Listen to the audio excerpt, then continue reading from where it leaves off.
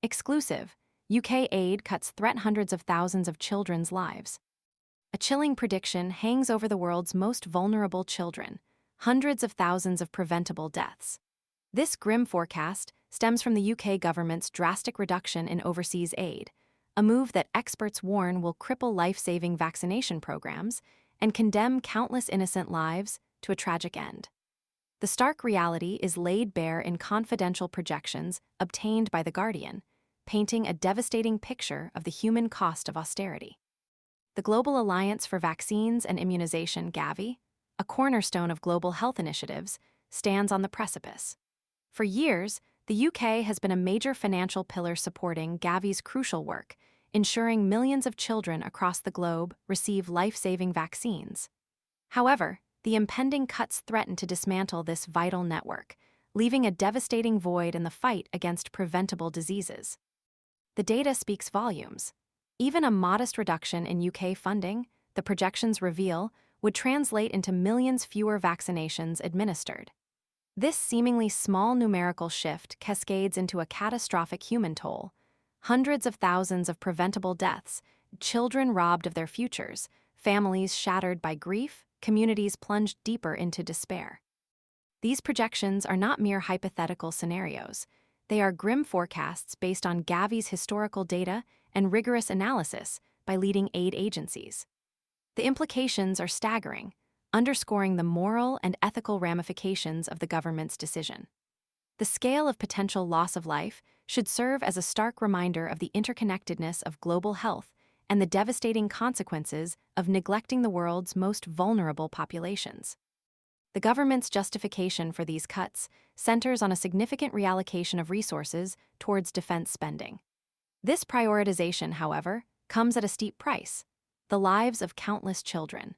The reduction in overseas aid from 0.5% to 0.3% of gross national income by 2027, while seemingly a minor adjustment on paper, translates into a drastically reduced impact on the ground.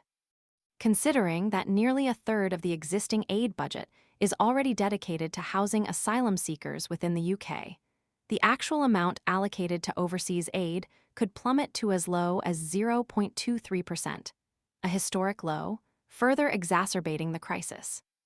The consequences extend far beyond Gavi. The British Council, a vital organization promoting cultural exchange and educational opportunities globally, faces potential budget cuts of £250 million. This would force the Council to withdraw its operations from up to 40 countries, severing crucial links and undermining years of development work. The cuts are further compounded by the legacy of commercial interest rates charged on Covid-era loans, adding another layer of financial strain to already stretched resources. The impact extends beyond simple numbers. It signifies the erosion of international collaboration and the dismantling of vital networks built over decades. The recent resignation of Anneliese Dodds, the International Development Minister, in protest of these cuts, serves as a powerful testament to the ethical and moral concerns raised by this drastic policy shift. Her departure underscores the deep-seated unease within government circles regarding the potentially catastrophic consequences of these cuts.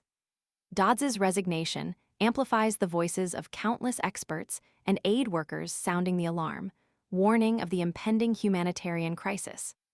The government's decision isn't merely a matter of budget reallocation. It's a question of prioritizing values. Is the nation prepared to accept the devastating human cost of prioritizing defense spending over life-saving interventions? The choice is clear. Continue down this path and condemn hundreds of thousands of children to a preventable death, or reverse course, and reaffirm the UK's commitment to global health and humanitarian aid. The silence from the government in the face of this impending catastrophe is deafening, and the world watches with bated breath, hoping for a course correction before it's too late. The lives of hundreds of thousands of children hang in the balance. This is not a fiscal debate, it's a moral imperative.